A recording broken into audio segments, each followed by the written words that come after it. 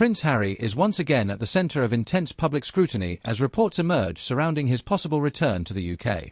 Headlines have raised questions about pressure, stress, and strain, both personal and public, reigniting debate about his relationship with Meghan Markle and his ongoing battle with the royal establishment. Today, it really is the end of the American dream, as Prince Harry's propagandist at Us Weekly admit not only is he losing it, totally full of what they describe as anxiety, I'd say more like serious marriage issues and a little bit too much wacky-backy, but more than that, he is now making a shock bid to return half-time to the United Kingdom. Yes, as the cover made clear, he now feels torn between two worlds. What's so interesting, however, is that we don't feel torn about Harry. There's absolutely no sense over here from the British public that he is wanted here whatsoever. Quite the opposite, actually. It's how everyone in the royal family, apart from King Charles, feels too. But here's the propaganda, briefed directly from the ever-depleting Team Sussex, why insiders say Prince Harry still feels caught between his royal roots and new life in California. And they write, there's much to love about his new lifestyle away from royal rules and 24-hour security.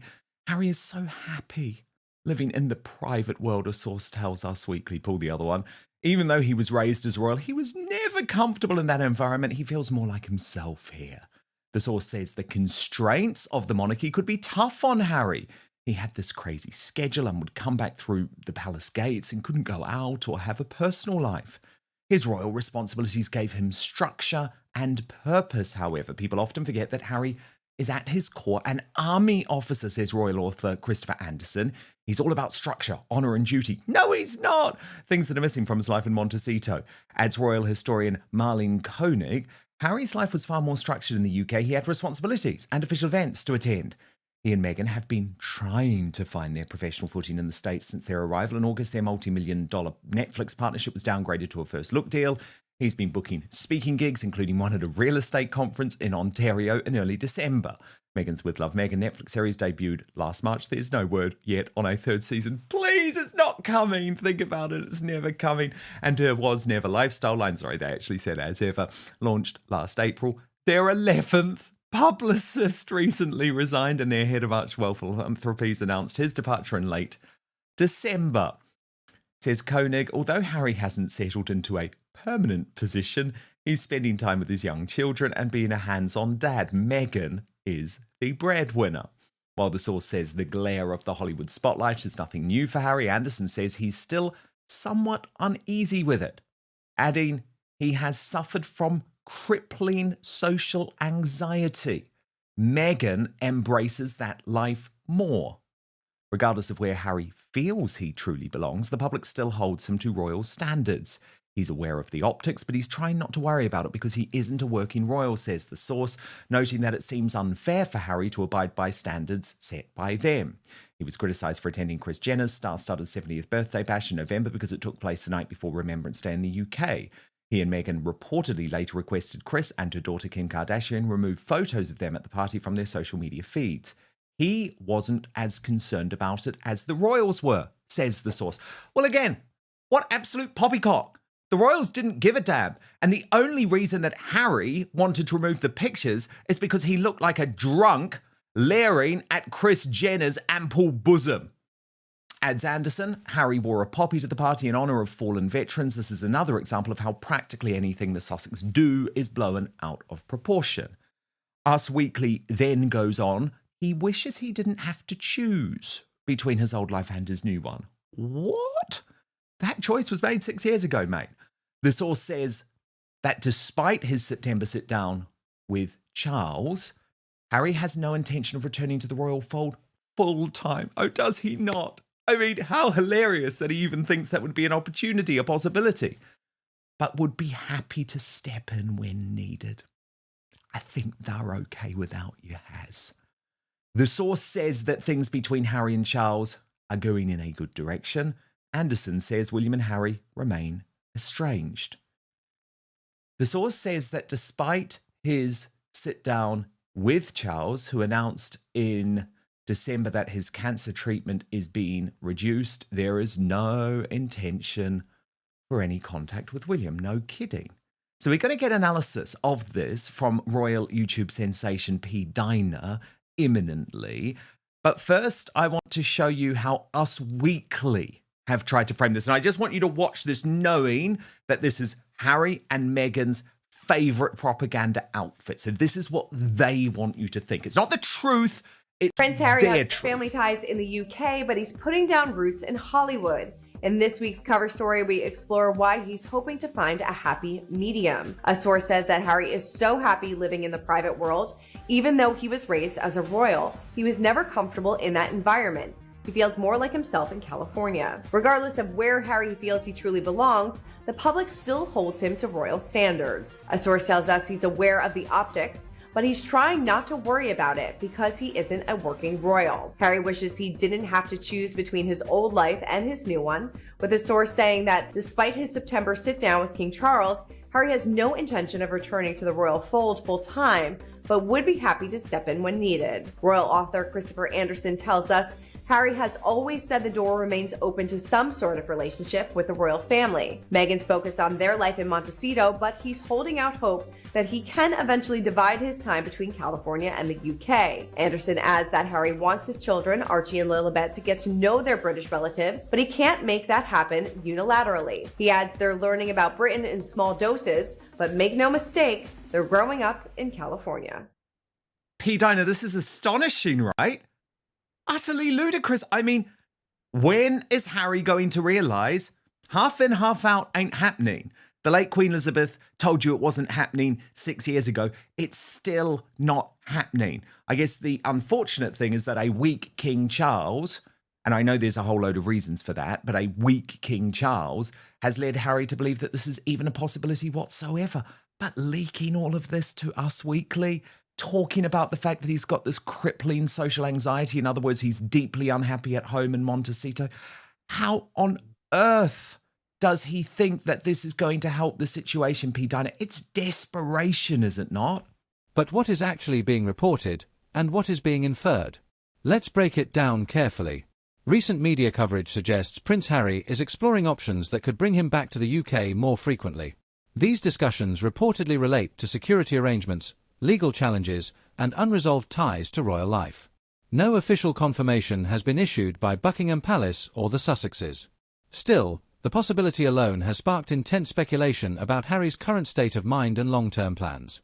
Some headlines use emotionally charged terms like meltdown or crisis. However, media analysts caution that such language often exaggerates what is, in reality, a complex mix of legal stress, public pressure, and prolonged conflict with institutions. Prince Harry himself has spoken openly in the past about feeling overwhelmed by media intrusion, a context often overlooked when dramatic terms are used. As with many royal stories, speculation about Harry's marriage to Meghan Markle has resurfaced. Separate appearances, different schedules, and ongoing legal battles have fueled online narratives suggesting strain. However, no evidence has been presented to confirm marital issues. Royal commentators emphasize that absence from public view should not automatically be interpreted as conflict. What is confirmed is the level of pressure Prince Harry continues to face. Ongoing lawsuits, security concerns, and relentless public scrutiny would test anyone. Experts note that high-profile figures often experience stress amplified by constant speculation, especially when silence is interpreted as weakness or confirmation. Public reaction has been deeply divided. Some sympathize with Harry's position, arguing he is trapped between two worlds. Others criticize his decisions, questioning consistency and accountability. This divide has become a defining feature of modern royal coverage, every move interpreted through opposing lenses. Here are the facts. No official statement confirms a permanent UK return. No verified source confirms marital conflict. No medical or substance-related claims have been substantiated. Everything else remains speculation driven by headlines, commentary, and online debate. Prince Harry's story continues to evolve under extraordinary public pressure. Whether his UK return bid marks reconciliation, resolution, or simply legal necessity remains to be seen. Until confirmed facts emerge, the line between concern and conjecture remains thin, reminding us that in royal media, silence often speaks louder than statements. I just don't understand why he can't keep his mouth shut. Why is there this constant information that's coming out about his life? He's trying to paint a narrative, and I think a lot of it is coming from Meghan. He is not happy in California, and he thinks that he can have somewhat of a royal role again. Why else would you say you're happy to step in when needed? You're not going to ever be needed.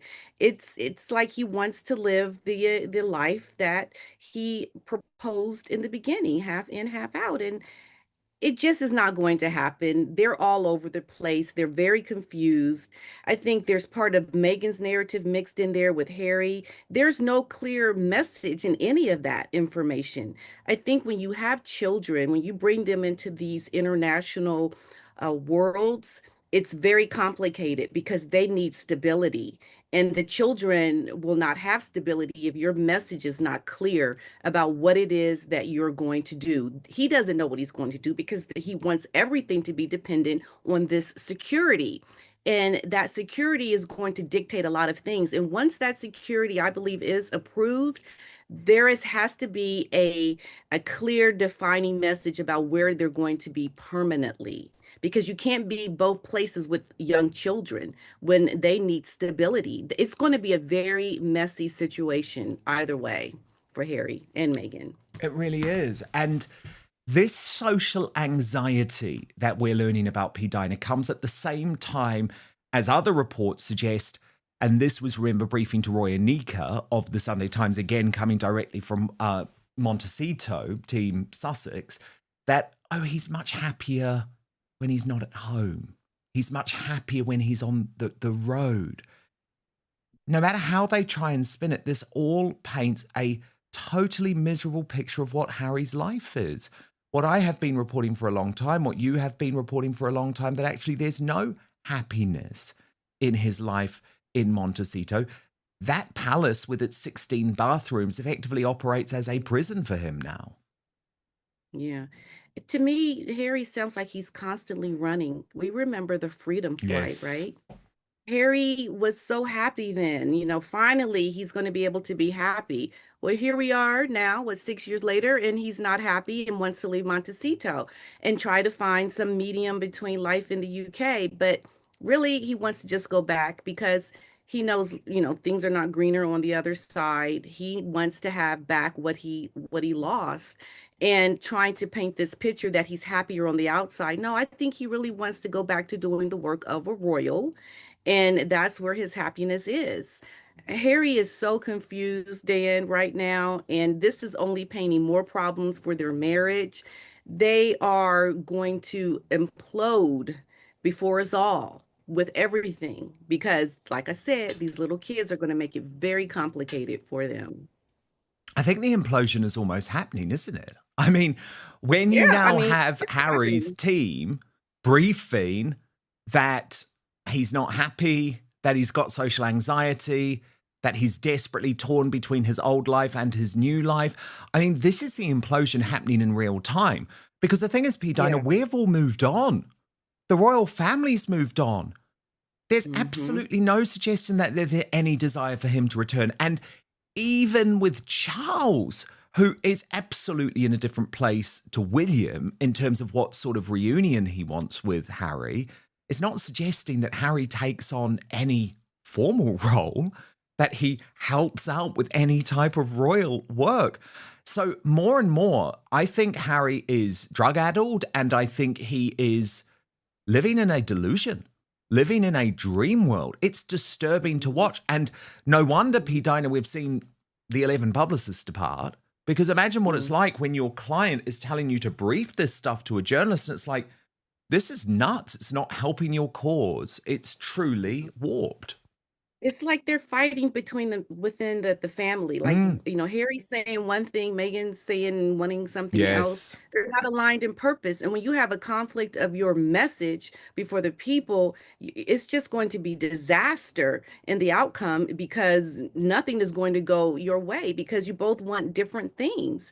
How in the world can you try to get to any happy place in your life when before the world you are somewhat fighting between the message, you are in such a position of downfall because you're never going to find that steady, constant stream of how you are living your life in true happiness. It's like you're trying to be happy with trying to get your message out, but you're being undermined by your wife and what she wants, and try to make us look at you as if you're a happy couple and that all is going well. It's just making you look so ridiculous and making your life miserable. I know what I think should happen, but at this point, keep trying to make this look like it's moving on smoothly. And the more we can tell you that it's not, because this is insanity what's happening in the media with these two messages. Well, it is, because the truth is, of course, P. Dina, what's being reported today by Tom Sykes over on The Royalist, which is that Harry and Meghan are actually shrinking their US footprint as the Parents Network charity is handed off and the Netflix pipeline stutters. Let me take you through some of his reporting. He writes, and this is something we first revealed here on Outspoken yesterday, Harry and Meghan have stepped away from their most high-profile US charity, the Parents Network, and Netflix have not listed any new shows with the couple, and two new signs that they may be decreasing their US cultural footprint. Now, remember, Harry and Meghan launched the charity under the name the Archewell Foundation Parents Network in summer 2024, hardly any time ago, as a resource for parents concerned about the risks social media poses to children. But the Royalist has been told that Harry and Meghan handed over full operational control of the charity and its brand assets and gave a cash grant to cover the transition. A source in Harry and Meghan's camp told the Royalist that the couple would continue to support the charity and that the move reflected their desire to incubate small endeavours before handing them over to bigger operations to scale. However, the handing off to Parents Network will inevitably arouse suspicion that this is part of an overall winding down of Harry and Meghan's charitable efforts in the US. Archewell Foundation recently closed down before being reborn as a lighter-weight charity called Archewell Philanthropies, which will operate under a lower-friction fiscal sponsor model in which ultimate legal and financial responsibility sits with the sponsor, not Harry and Meghan. There could be more questions over their production business, where Chanel Seisnick is head of non-fiction alongside Tracy Ryerson as head of scripted film and TV, after Netflix notably failed to include any offerings from the couple in their 2026 preview published in recent days. Harry and Meghan have insisted they have a strong creative partnership with Netflix despite their deal being downgraded to a first look arrangement last year. On the plus side, Meghan announced a new bookmark today. Yours for $18. It says, "I fell asleep here. The live, love, laugh cushion can't be far off." And the thing is, as Richard Eden points out, P. Dina, the Parents Network was said to be a cause close to their hearts and was launched with great fanfare by Harry and Meghan on CBS in 2024. That was their first joint TV interview since their explosive chat with Oprah 3 years earlier.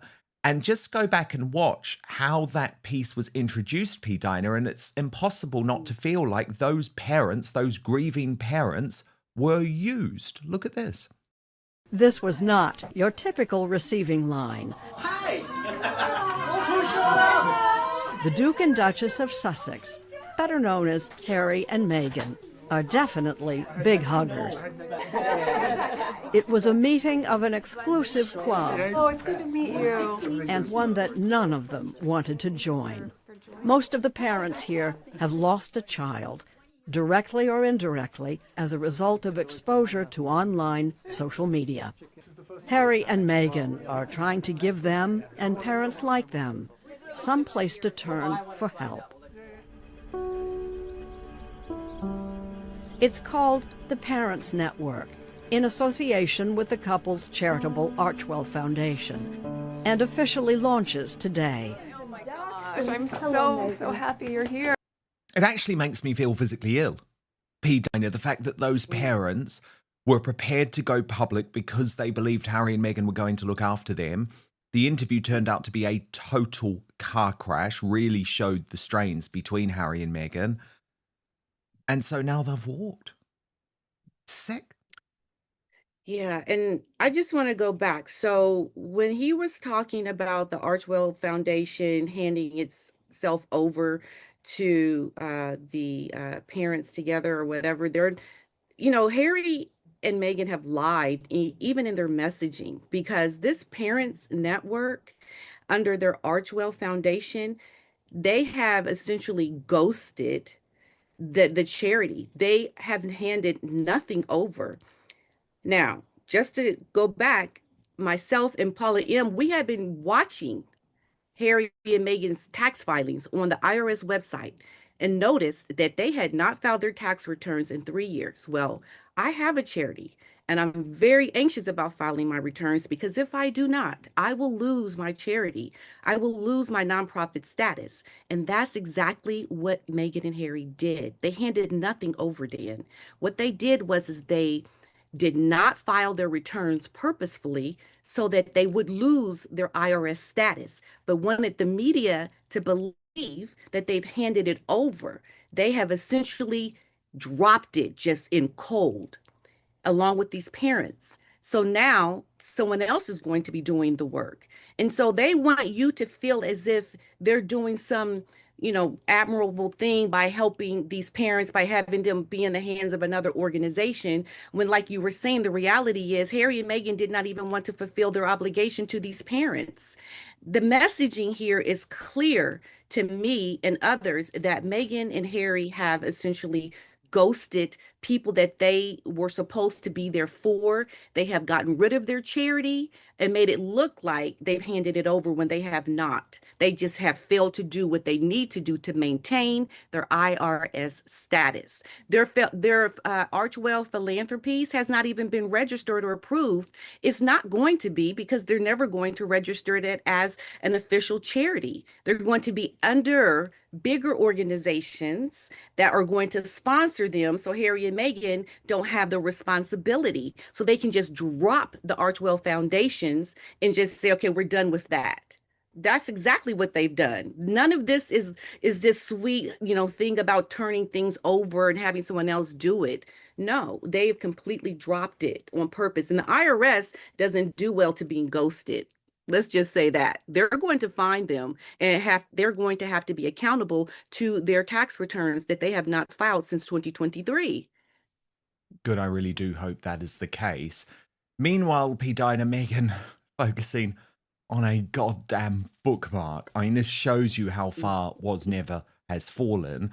The Royal News Network pointing out Meghan Markle's latest drop for As Ever is the remaining stock of a black leather bookmark that says "Fell asleep here." Given that Meghan admitted not really reading books except for children's one, not sure if the owner uses it herself or not. It was also apparently made in the UK. The irony abounds. It allegedly already sold out, though the stock was likely the remaining inventory from Godmother's bookstore, where the bookmark was initially marketed as a special gift. It is also available in the set of two of her worst-selling products, the peppermint tea and sage honey with honeycomb, for a staggering $64. Once again, confirming the inventory information from the website glitch is accurate. No wonder the brand is failing. As Ever remains exceptionally underwhelming.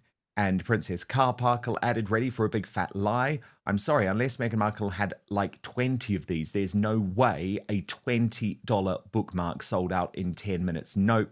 She's back to scarcity tactics because she's nervous about all of the stock gathering dust in the shelves. We see you, girly pop, and we don't believe you.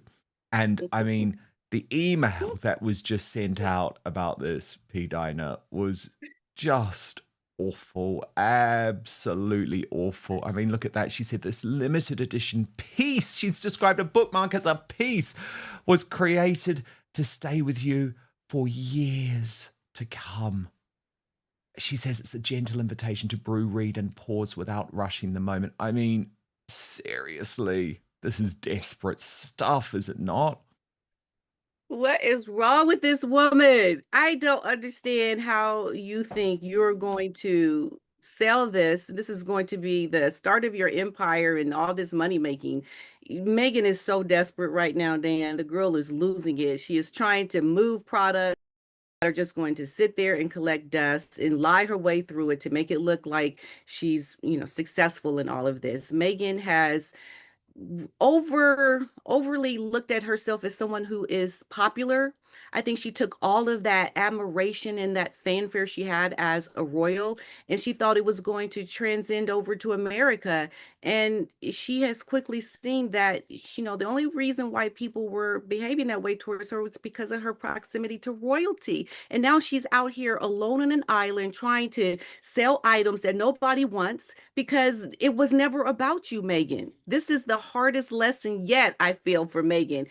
It was never about you. And now you sit on $1 million of products that you can't move. And now you're finally understanding it was never about you. It was always about you being with the real royals in the UK. What a hard lesson for her, right? I mean, she deserves everything that is coming her way financially because of how she overly looked at her proximity to royalty. It's not about you, Meghan.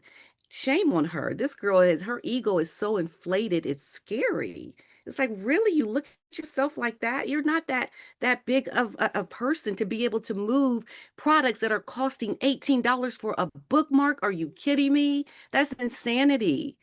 I mean, you would have to have so many people buying that product for it to pay off. I mean, no, I'm sorry, it's not going to happen.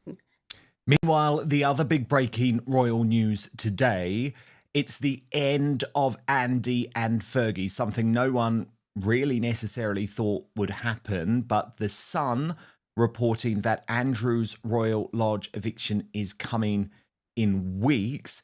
They've got new pictures which show his new pad in full swing. And this is what their royal editor, Matt Wilkinson, is reporting.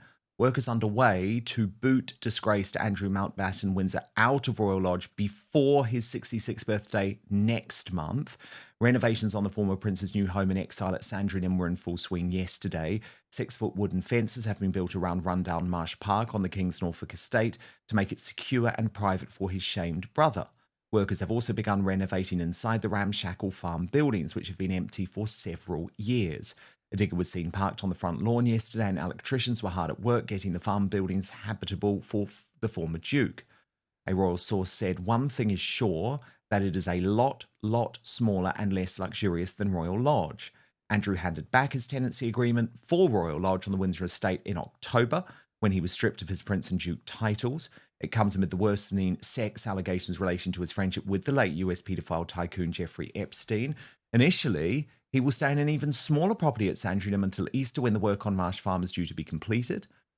That's according to Palace and insiders. The Sun understands that Andy will move into this temporary home as early as the end of this month and before his 66th birthday on February the 19th. Insiders revealed the farmhouse and the surrounding outhouses and stables had all previously belonged to a tenant farmer who had died some time ago. They added that it was being prepared for a new tenant and that the work was expected to be complete by April. The property has been empty for several years, and despite some redecoration, it also needs improved electrics and sewerage systems, it is understood. Meanwhile, Andrew has still been living at Royal Lodge with his former wife, Sarah. But a friend said he's finally decided he needs to get on with his life, and so is moving out sooner than thought and starting afresh by the end of the month, or at least before his birthday in February. He and Sarah will go their own separate ways for the first time in almost 20 years. And that's what's most interesting to me about this, P. Dinah, because Sarah always said she would always be there for Andrew, always be. Really, she was just grifting, wasn't she? She just wanted to stay in the palace. Like, let's be honest about it. Yeah, she really showed her true colors, didn't she? I mean, as soon as everything just went out the window for Andrew, she was gone. So, Sarah is a lot like Meghan. They're just users, grifters. To Sarah's, I think, a benefit, I think she does want to work hard to make a name for herself with her books and other things that she's done. But she was never really loyal to Andrew, of course, because now we can see the true colors. And that just is what we see happening with Meghan, I think, eventually. But, this is just how women are, I think, when they are with a man for these reasons. Once they lose everything, then they're gone. And that's what you would expect them to do, right? Absolutely. Now, Pete Dinah, even as Harry is being totally delusional, I think Meghan Markle takes the cake, right? Because her demands to enter the United Kingdom, by the way, can I just say we don't want her here, but the demands include bulletproof glass, include private planes, include lockdown hotel doors. These jaw-dropping conditions, which we have learned about, should literally just mean that the king says no. But we will reveal exactly what Meghan Markle is asking for on her return to the UK later this year in the second part of the Royal Uncancelled After Show. We're going to